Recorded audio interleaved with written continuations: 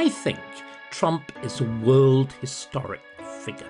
He's somebody who's changed things. He's got the narrowest majorities in both the Senate and the House of Representatives. Nevertheless, he has been able to do pretty much everything that he said he was going to do, and he's done it like a king. Here in Britain, we have a government that commands the entire legislative process, and what has happened? Illegal immigration is going up and up and up. As someone who is often crediting Britain with America's own ascendance to greatness, it's terribly disappointing and deflating. We are aware that we are your ancestral state, aware that the liberties and the freedoms and the prosperity that you enjoy have their foundations here.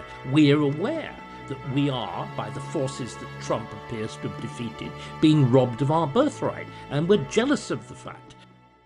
Hello, I'm Lee Cohen, beaming in from Palm Beach, Florida, literally a stone's throw from Mar-a-Lago, likened by some to be Trump's palace and court. I'm delighted to join David Starkey Talks for my maiden appearance. For years, I advised the U.S. Congress's Foreign Affairs Committee on the British-American relationship. I've been privileged to know David for more than 3 decades. As an American contributor to The Spectator, The Telegraph, GB News, The Sun, and others, David Starkey has informed many of my ideas and themes. By any standards, the first few dizzying months of Donald Trump's second term have been mold-breaking and disruptive. In many cases, they have yielded unimaginable results while delivering a black eye to elite wisdom and eroding trust in the influence of traditional institutions. Dr. Starkey, I'm looking forward to speaking with you today about this in the context of the extraordinary events of last week, where a rather imperial Donald Trump visited his ancestral Scotland and showed he seems to care more about Britain's present and future than its own current leadership. At Turnberry, Trump schooled Starmer on taxes, immigration, energy, and much more, even weighing in on London's nasty mayor. His treatment of Prime Minister Starmer projected symbolic power. David, what does this moment say about the future of US-UK relations? Well, it says they're even more interesting than they usually are. What I found extraordinary, and you've mentioned a few of them, you talked about monarchy, though you talked about monarchy in terms of Mar-a-Lago and my joke about it being the new summer palace of the Royal American Presidency. Remember, cast your mind back, you weren't there, though of course I'm much nearer to it than you are, to the events of the American Revolution, and that final moment as they're all coming from the famous building in Philadelphia, and allegedly Franklin is asked, "What have we got?" And that famous response, "A republic, if we can keep it." But it's a republic that had at its heart a monarchy, that had at its heart a presidency which retained and was deliberately given, particularly, I think, as a result of the activities of people like, you may correct me, John Adams and Alexander Hamilton, so much of the essence of the power of a British king. So that one of the great progenitors of the revolution, somebody that everybody on this side of the Atlantic gets very excited about, Tom Paine, actually, you'll remember, writes this denunciatory letter to the man to whom he'd been so close, George Washington, when he revisits America after his imprisonment, that's Paine's imprisonment, during the French Revolution, and denounces poor old Washington as a pseudo-king with as many petitions in his chest as James II. Well, suddenly we've seen another president who can actually realize that power. It seems to me that Trump, I've been trying to think, and actually 1 or 2 articles recently, particularly I think the report on Frank Luntz, the great American pollster's view on all of this. He is now doing something which, remember, we all thought, you probably didn't, but most people on this side of the Atlantic thought Trump was a bit of an ass. I think there's another A word that Americans are fond of, which I shall not sully my channel with. Now he's being compared by the outstanding modern analyst of American politics to Franklin D. Roosevelt. In other words, here, and he's actually saying, Luntz is saying he's better than Roosevelt. When Roosevelt comes to power at the, I was going to say the heights of the Great Depression, the depths of the Great Depression, he's got a gigantic majority in both houses of Congress. Despite all the talk at the last, in the election at the end of last year about Trump sort of sweeping everything, he's got the narrowest majorities in both the Senate and the House of Representatives. Nevertheless, he has been able to do pretty much everything that he said he was going to do, and he's done it like a king. And we'll talk. Well, I'm not going to forget the golf course. I'm not going to forget the extraordinary humiliation, in my view, the entirely justified humiliation of Keir Starmer. But I just want to keep on analysing this idea of king. I mean, look at those moments when Trump has just been sworn in, that cold January day when allegedly it was so cold the inauguration couldn't take place outside. The swearing in is in the rotunda. A few minutes later, he's at the desk in the Oval Office, and you've got Stephen Miller, the man who's been doing so much of the background work, coming in with this gigantic pile of documents and pens, and suddenly the signature goes on them. But it's not done in private, it's done as theatre, it's done as performance. You get the holding up of the document, this gigantic signature, you get the flinging of the pen, you get the close-up of the actual document. And do you know what? Things happened. This is genuinely royal. This is back to an age when kings actually had power, when they actually did things. And suddenly, we've got so used, haven't we, on your side of the... I mean, remember who his predecessor was, the doddery old Biden. And nobody had any idea whether Biden thought anything, did anything, and he couldn't say anything anyway. Suddenly, you've got a politician who does something. It's not simply gesture, it's the most ancient form of ceremony. I mean, again, I'm so fascinated by this because exactly in my period of history, the end of the Middle Ages, the beginning of the modern period, you replace the usual way in which you'd authenticated documents in the Middle Ages, which is a great wax seal. You replace it with what's called the sign manual.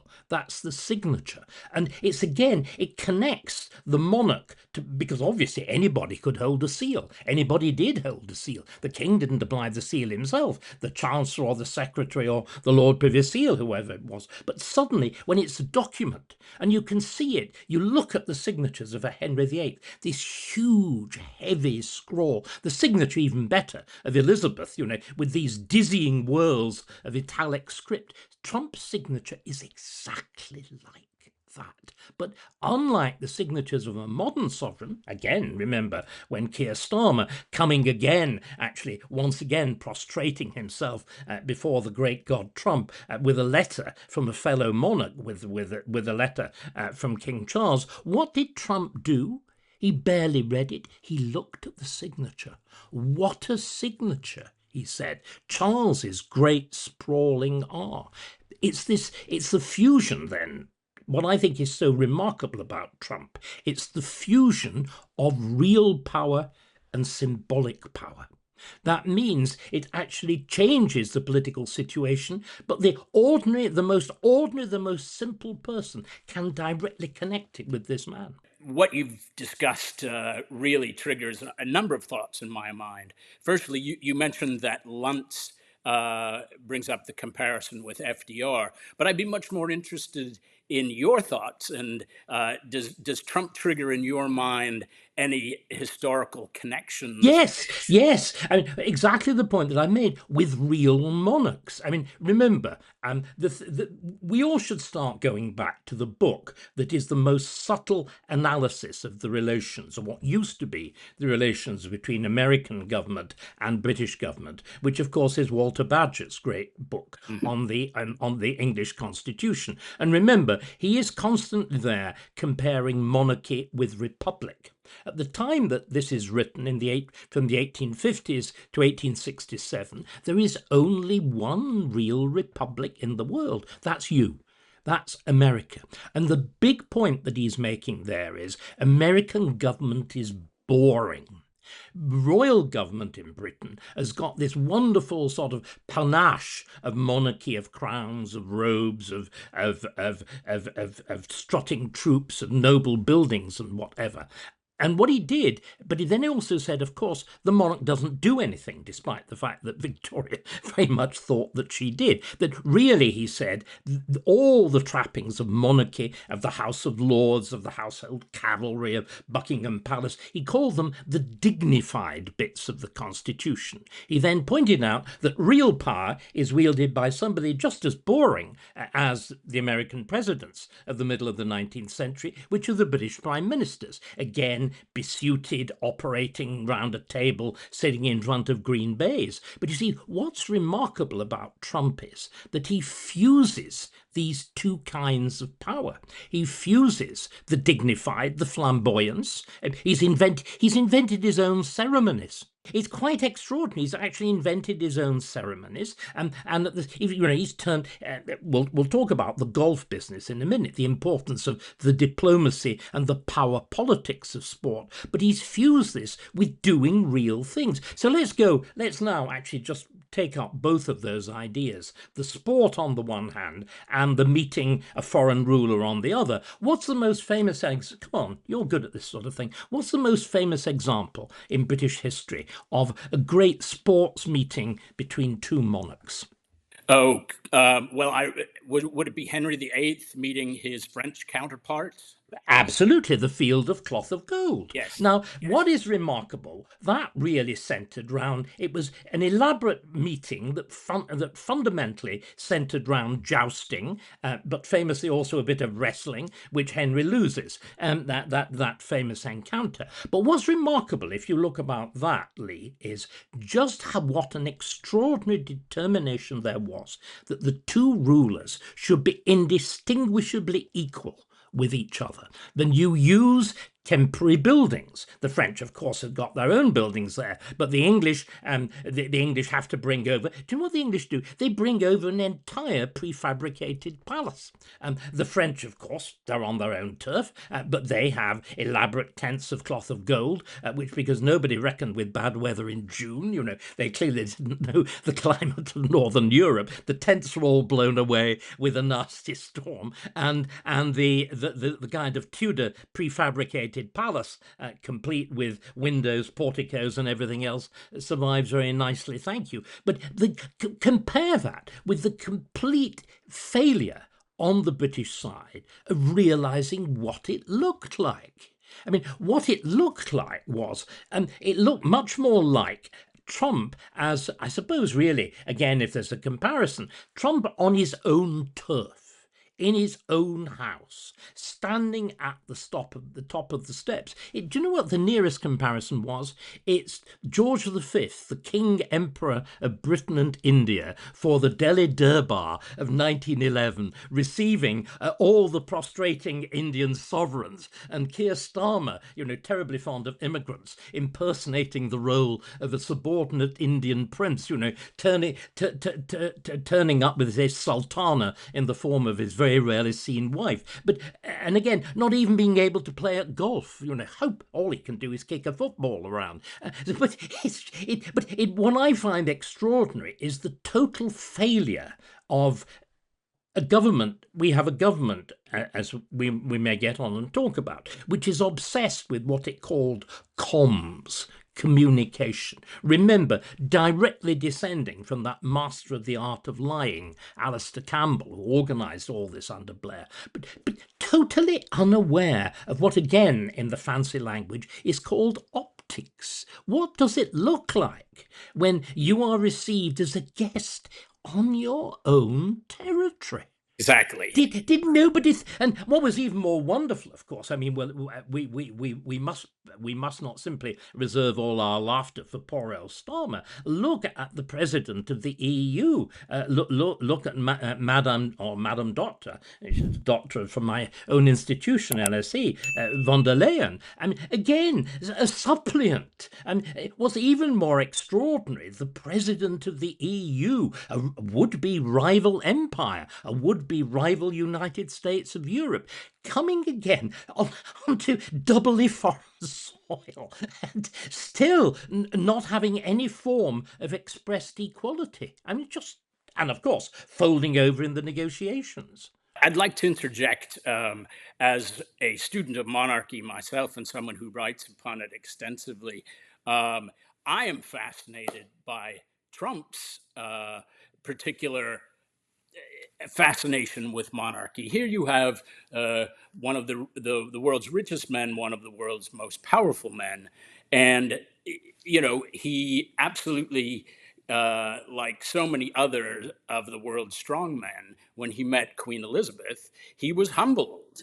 Notwithstanding, some say that he may have preceded her in the walkabout with the soldiers, but nevertheless, there aren't many people that humble someone like President Trump. But I would argue that what he's humbled by is something that all the money in the world can't buy, which is what you possess and your monarchical system offers: the tradition, the millennial plus great chain of history. We can't buy that as Americans. We can buy almost anything else, but not that. And it truly is awe-inspiring. Well, it isn't. I mean, it's going to be very interesting to see what the chemistry is when he is received by King Charles.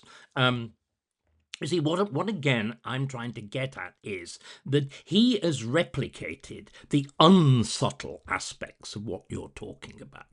He has incorporated the essence of monarchy. No, not the history. No, not the magnificent palaces. No, not the millennial collection of jewels. No, not the legends. No, not the family descent and all the rest of it.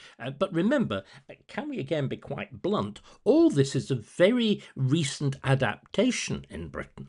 Our royal house is essentially a German royal house. It owes its position here to the most absolute accident, to the fact that the direct line of the House of Stuart had died out in its Protestant version, and that there was absolutely nobody else available.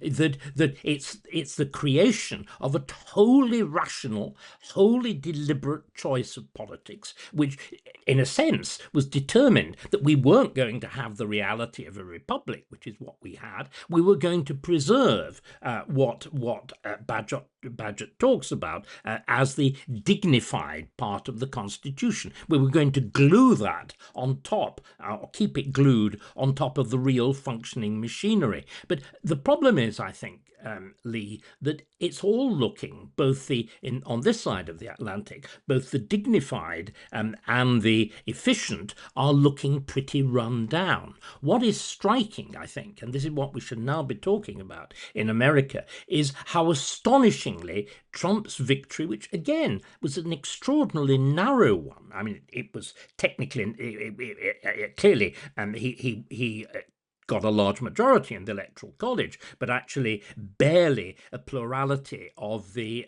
popular vote. As I said, the victories in both houses of Congress were extraordinarily narrow. But it's this instinct again that seizes power, that uses it, that dramatizes it, but does something else that shows that you can actually change things. I'm going to say something now which in 6 months' time may come back to haunt me, to hold me up to absolute ridicule and mockery. But let's just try it. I think Trump is in the phrase of Hegel, he is a world historic figure. He's somebody who's changed things. And I think that everybody's desperately wanting such people, because we've got a system of government, this so-called efficient government, government by committee, government by quango, government by extraordinary, abstract and complex legal bodies. In other words, all the things that have tried to resist what Trump has tried to do and what Trump has been able to overcome. I think if you look at the early days of Trump, as we can see, we should almost be talking about the first 100 days, shouldn't we? And the first 100 days of Trump, they look like a medieval romance of Trump, as it were, defeating all these enemies, these dark forces, all draped in black gowns, experts, lawyers, people who wear white coats, people who invoke mysterious languages amongst themselves, all the forces of Davos, suddenly all chased away. I mean, really, it's like a scene out of opera. I mean, opera with an ER rather than opera. Very much not a scene out of opera. She belongs to the other side. Do you see the point that I'm trying to get at? That and of course, what is astonishing is then to contrast that with Britain. That Starmer is the leader of the largest majority in the Commons. Is it ever? I mean, you've to go back, I don't know what, 19th century, even before. Quite extraordinary. And yet he can't do anything. He has got, bearing in mind the powers of the British Prime Minister, who, again, using that word of a language borrowed from Walter Bagehot, fuses power. In Britain, you do the executive really does control the legislative process if it commands a secure majority in both houses, which Starmer does. Still not able to do anything. The government comes to power saying it's absolutely determined to bring about growth. In fact, quite the opposite has happened. Whereas, interestingly enough, in America with Trump has defied, a bit like Margaret Thatcher. Can I take our minds back to 365 economists who, when Geoffrey Howe decided that he was going to jack up interest rates to squeeze out inflation, denounced it and said, this is absolutely impossible, it will bring about economic turmoil and collapse. And do you know what?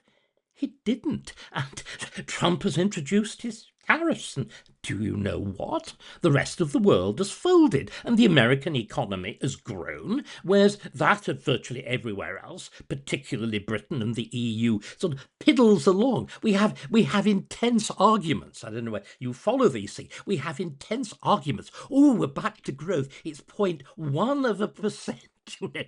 These are 1.1% in a quarter. These are mere rounding errors. It is simply extraordinary, and I think what it shows is that Trump has realised that you've got to smash the system. And all the things that seem so disgraceful about Trump, the fact that he ignored rules, the fact that he was rude and vulgar, the fact that he challenged experts and whatever, which everybody thought would completely unfit him for office, have done precisely the opposite. Well, you've encapsulated a couple of my other questions that I think are important, and I'd like to focus in on them a little bit more.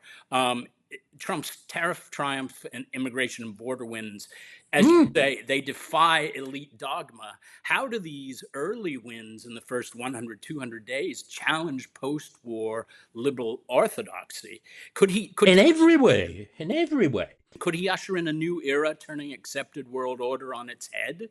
Well, let's just quickly make the point about immigration. Here is Trump on day one, who did exactly what he said he would do, which is stop illegal immigration. Here in Britain, we have a government that commands the entire legislative process, which is run supposedly by two of our most distinguished lawyers in the form of the Prime Minister and Lord Hermer, Richard Hermer, the Attorney General. And what has happened? Illegal immigration is going up and up and up and 900 in a day coming in.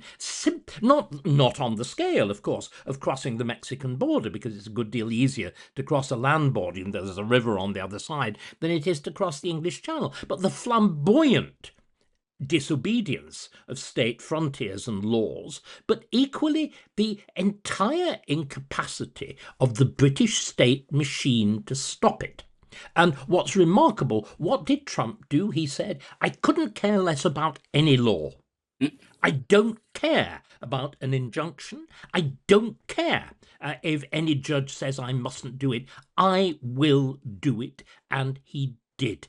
And this, I think, sets an extraordinarily important precedent for anybody who wants to do anything in Britain or Europe. You have to be prepared to challenge, and you have to have the courage to do it. And what is so striking about Starmer is the sheer weakness of the man. He affects strength. He talked about being strong and stable. There is not a single issue that he has not U-turned on, that he's not backtracked on, that he's not backed down on.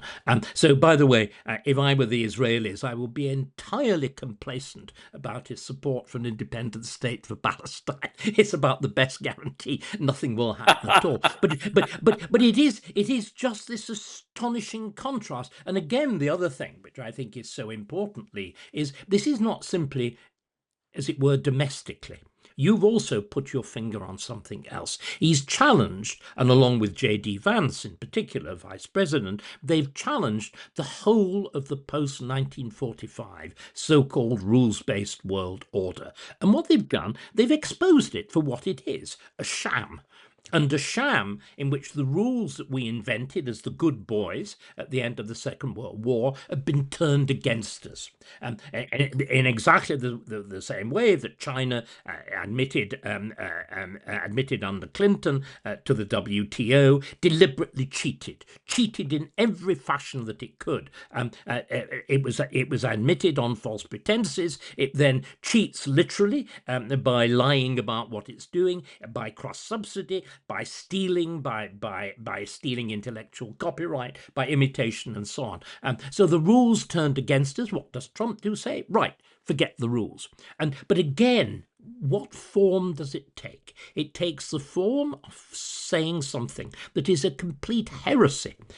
I've noticed one interesting thing. Trump doesn't swear a lot. Unlike many modern politicians. He doesn't drink either. And he doesn't drink. He's surprisingly clean-mouthed. But, you know, what he's actually doing is, he is saying effectively, and I am going to swear, he's saying fuck off to this whole thing. And it's quite extraordinary. But it's this sheer courageous independence of character, this confidence in his own rightness, which, as I said, why I stole that extraordinary phrase from Hegel, that world historical figure.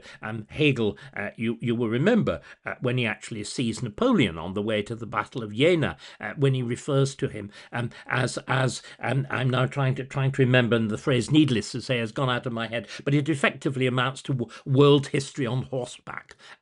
Trump embodies this. He, I think, embodies a great change. And this is also, of course, why he identifies in a way which is, I think, very unhealthy with people like Putin or Xi.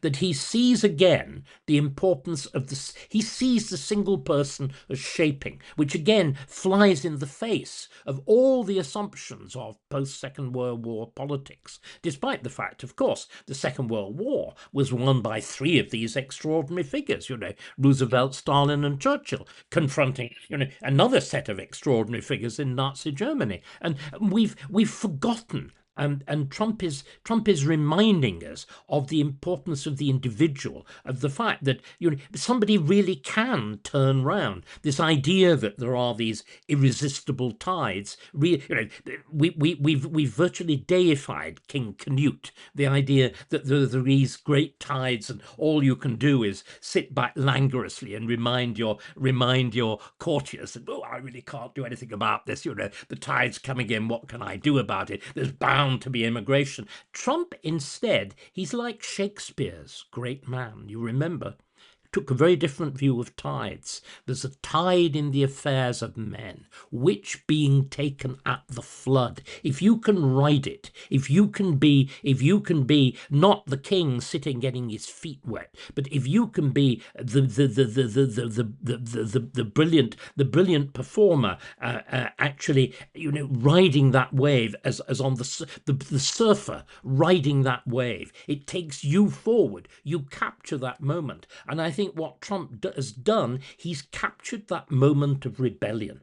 He's captured, the MAGA movement was a movement of rebellion, and in with people like Steve Bannon, it is just a movement of rebellion. But what Trump has done, he's taken that and he's actually turned it into an engine powering government and powering real change. But of course, we should, and again, let's pause here. He's got this hugely high rating amongst Republican voters and a catastrophic one amongst Democrats. In other words, what he's doing is further reinforcing the staggering divisions in America, isn't he? Would you agree with that? I would definitely agree with that. And I would say part of his genius is that he's very confident about it and unapologetic. And one of his superpowers, David, is that he has particular talent to capture the public mood. And as someone who comments often on US UK politics, I'd like to know his messages now resonate with Brits. Why have Britons, particularly historically, been reluctant to embrace him? And have we now turned a corner? Well, I think the point is, Trump is our, if you like, we have views of good and bad Americans. Trump is the ultimate bad American. Do you remember in the Second World War, what was it that was said by jealous English and Scottish people about visiting American soldiers? Overpaid, oversexed, and over here. And Trump is the ultimate American over. Loud, brash, aggressive, noisy, big, generally gets in the way, has no manners, dear. I mean, the number of dinner tables that I've sat round when I've defended Trump, and sweet friends at the company, oh, David, you've got charming manner, how could you possibly? And he's a completely, I know he's not a Yankee, but he's a complete Yank bull in a china shop. And that in a country like Britain, where still, certainly in most of our discourse. I mean, we are a very strange people, as you know. We swear in the most disgusting fashion possible, and yet, on the other hand, much British discourse is extraordinarily formal and polite, almost like Japanese, which is why the Japanese are so fascinated by Britain. Why, there are some very extraordinary Japanese novels about Britain. As I always point out to people, the reason the French always win negotiations with Britain, we defeat them in war, but they win in negotiation, is because the French are very good at saying non.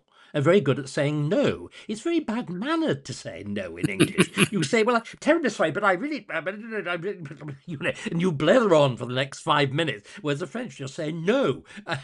And that's that. And Trump exemplifies all of those things. But I think that as issues like immigration, as become so much more prominent, as again Trump hasn't yet looked at the whole Muslim question. It'd be very interesting to see how he would handle that. But Trump again, things that haven't really been picked up here. Trump has started to look at things like the disorder of streets. He has signed executive orders actually reinstating the idea of putting the mentally sick into institutions, the things that were abandoned in the 1960s.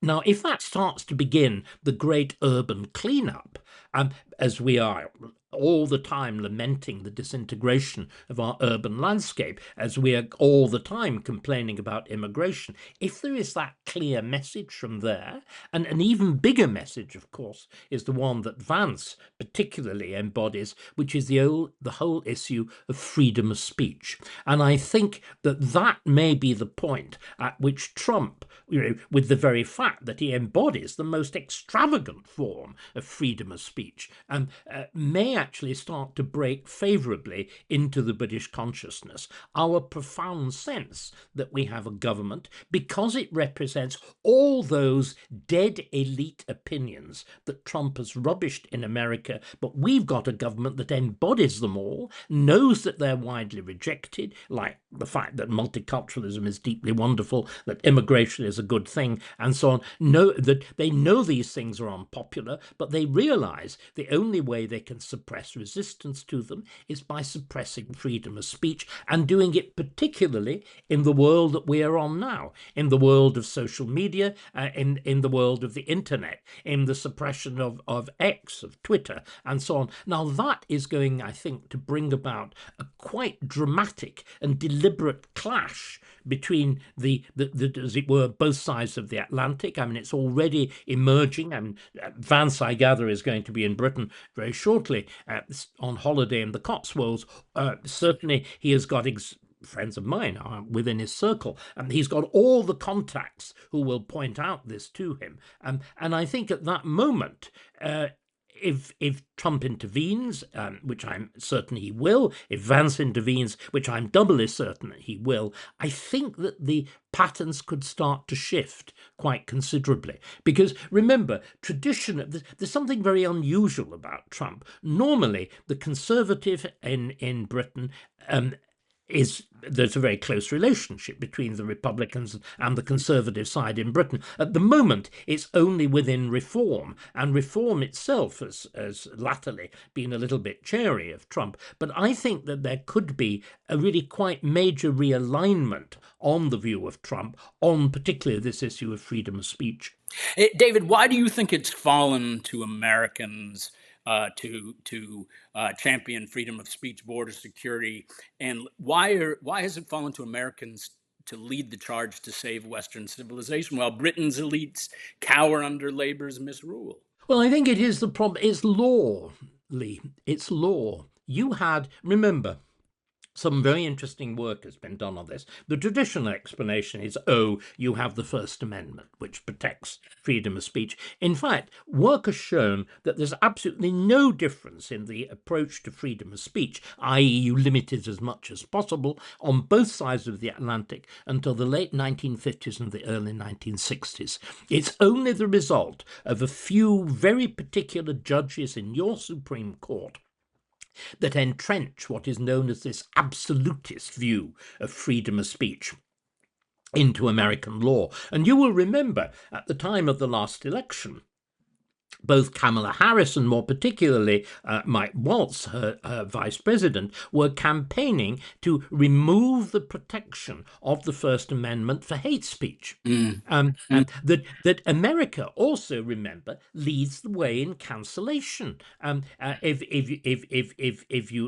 you go back to 2015 and 2020, particularly 2020, with the whole of the absurdity of George Floyd, it's then that you get Barry Weiss writing that extraordinary letter after she'd been forced to resign from the New York Times, saying it didn't matter who the editor of the New York Times was, the real editor was Twitter. And that's broken. And once again, we need to recognize it. It's broken by who? It's broken by Elon Musk. Elon Musk's carrying of that piece of white porcelain of the kitchen sink into the headquarters of Twitter, I think, like Trump's election, which in my view would not have happened without that. I think it's only once you actually break the left's stranglehold on Twitter that Trump's election would have been possible, because, his own site, as apart from him, has got absolutely minimal impact. It's that that starts the process of breaking of the control of the left, which was just as strong in America, if not stronger, than it is here. I think the change has happened very, very much faster. In other words, you're talking as though there was a kind of, historic gap. I think apart from that very fortunate legal entrenching, I mean, America, I'm afraid all the horrors of race-based politics, of transgenderism and whatever, they all come from France via America. The silly ideas as you know, the Starkey principle, all bad ideas are French. They all start in America, in France, and then they're reflected, and amplified through American academe, through the hideous nature of your post-slavery racial politics and whatever. But we unfortunately got them late, and we got them in a fashion that was embedded, unfortunately, by the legislation of the Blair government. So whereas you were saved by law, we've been trapped by law. But I think there's an increasingly profound sense of resentment on this side of the Atlantic. I mean, we are aware that we are your ancestral state. We are aware that the liberties and the freedoms and the prosperity that you enjoy have their foundations here. We are aware that we are, by the forces that Trump appears to have defeated, being robbed of our birthright, and we're jealous of the fact.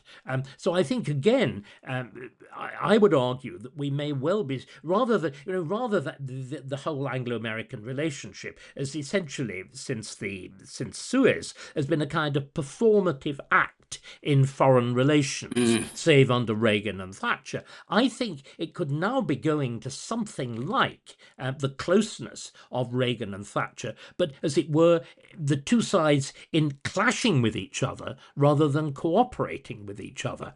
But America, I mean, if you like, not for the first time, bringing in the old world to redress, the new world to redress the balance of the old. I mean, after all, America saved Europe in the Second World War, and arguably to a significant extent in the First World War again. It may do so on this issue of proper freedom and democracy. Because what Europe has done, I mean, that's the great speech that Vance gave in Munich.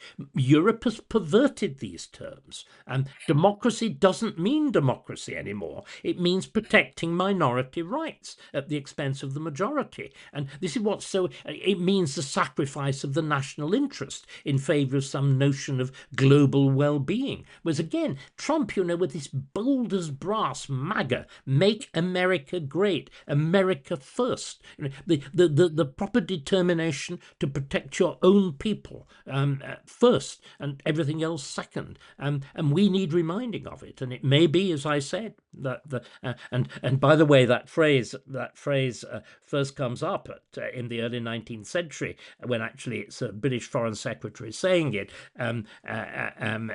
sorting out the mess of the Spanish Empire to limit the power of Spain in Europe, but now having a very, very different meaning with both world wars, and perhaps America intervening decisively through its power over the internet in the modern culture war. Who knows? Well, as someone who is often crediting Britain, because there aren't a lot of people over here doing that, with America's own ascendance to greatness through your legal system and the spirit of your laws, it's terribly disappointing and deflating to see It's Britain tragic. It's retreat, tragic. to see our mother country, the fount of our freedoms, retreat from these things. And that's why I'm hoping that Trump, it will be a shot across the bow and really resound. And on that note, David, with Britain facing economic stagnation and security lapses, should it follow Trump's results versus blueprint? Well, I think eventually, if we're to rescue ourselves, we will have to do something like it. But remember, it's not going to happen under this current government. That completely the opposite. This is a government. What we have now in Britain is precisely the opposite of Trump. It is the absolute mirror image of Trump.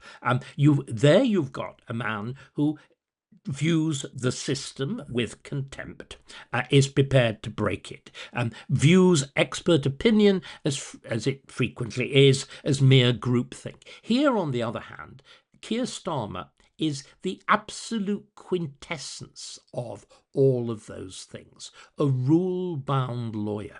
The Labour Party is the party of what we call the blob. That's to say, the quangocrats, the securocrats, the leading figures in academic life, the mainstream media, and the legal profession. And the Labour Party, what we have now is the government, to parody Lincoln. It's the government of the blob, by the blob, for the blob. What I'm hoping is we will, as you suggest, learn the lessons of Trump. That will mean that an incoming, we hope desperately, government of the right and for the right and to do the right will learn some of the lessons of Trump. Will learn the two things, which is on the one hand, public boldness and courage, but is also, that's Trump's own contribution, but it's also having people, as I was saying before, that have done the hard work, that have done the serious preparation. It's having figures commanding the market, like Besant, like your Secretary of the Treasury. Somebody is if you compare and contrast him with our Chancellor of the Exchequer, it is shame-making. Rachel Reeves. It is Rachel Reeves. It is simply shame-making. Dear, oh dear. But I'm afraid that is the calibre. And what again is remarkable about Trump, if you compare, I mean, there are some very oddballs in the Trump cabinet, but also Quite. there's to put it very, very mildly, but there are also some really serious, impressive, forceful figures. And this again is something very striking. And I thought there was that Trump, certainly the Trump first administration, suggested that he was a bit, as you could argue Nigel Farage is, incapable of working with other serious heavyweight people. He's shown a very different face this time round, even to the extent, we all thought that the quarrel with Elon Musk was going to turn into this act of mutual destruction. No. There's been that remarkable pulling back, and I think a much more serious view. But above all, it's that hard work. It's that work of Stephen Miller. It's that work of careful preparation. It's the sorting out of law. It's knowing, as it were, how you can, where the levers of power are, and how you can actually pull them. And if Britain is to be rescued, there'll have to be a work of similar seriousness, similar hard work, and similar courage. We can only hope. And that I feel this is a watershed moment when intellectual voices, academic voices like David Starkey, like Victor Davis Hanson in the United States, like Newt Gingrich, who's one of the most brilliant politicians, when they embrace Trumpism and Trump, that really is a vindication for all those who say that, it's just these loony MAGA, disruptors and deplorables like Hillary Clinton wanted to tar us. So it's very gratifying to hear, because even though his rhetoric may sometimes chafe, particularly to British ears, you can't fight results. No, I agree completely. And in fact, shall we draw on a higher authority and conclude by reminding everybody of what Jesus said? By their fruits ye shall know them. And it's quite remarkable what the fruits have been so far. If that tree continues to yield such a harvest, I don't think there'll be any dispute. Fascinating. I'm so delighted to have had this opportunity to cover these issues with you, and I hope that my maiden voyage here on David Starkey Talks won't be my last. No, think of it as a Mayflower in reverse, and look where that led.